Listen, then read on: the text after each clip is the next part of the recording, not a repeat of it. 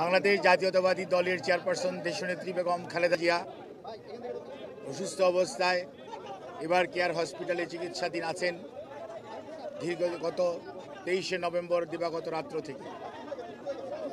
আজ 6ই ডিসেম্বর আমরা ওই দিন প্রেস ব্রিফিং আপনাদেরকে বলেছিলাম যে মেডিকেল বোর্ডের পরামর্শক্রমে আমরা হয়তো ওনাকে দেশের বাইরে নিয়ে যাওয়ার জন্য সর্বোচ্চ পর্যায়ের চেষ্টা অব্যাহত রেখেছিলাম, কিন্তু ওনার যে এয়ার অ্যাম্বুলেন্স যেটি কাতারের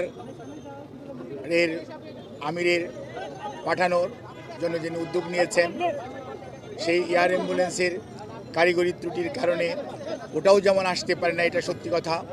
অন্যদিকে মেডিকেল বোর্ডের সদস্যগণ জরুরিভাবে মেডিকেল বোর্ডের সভা করে এবং একসাথে বসে সিদ্ধান্ত নিয়েছিল যে ওই মুহূর্তে ওনার ফ্লাই করার সঠিক হবে না। সেজন্যই আমরা ওনার যে বিদেশ নেওয়ার যে বিষয়টি সেটি কিছুটা বিলম্বিত হচ্ছে এবং ভবিষ্যতে হয়তো শারীরিক অবস্থাই বলে দিবে যে ওনাকে কখন বিদেশে চিকিৎসার জন্য নিয়ে যাবে। অথচ পর্যায়ে দেশনেত্রী বেগম খালেদা জিয়ার সুচিকিৎসা এবং ওনার সেফটি অ্যান্ড সিকিউরিটি অর্থাৎ চিকিৎসাগত দিক থেকে এটি অত্যন্ত প্রাধান্য পাচ্ছে সর্বত্রই।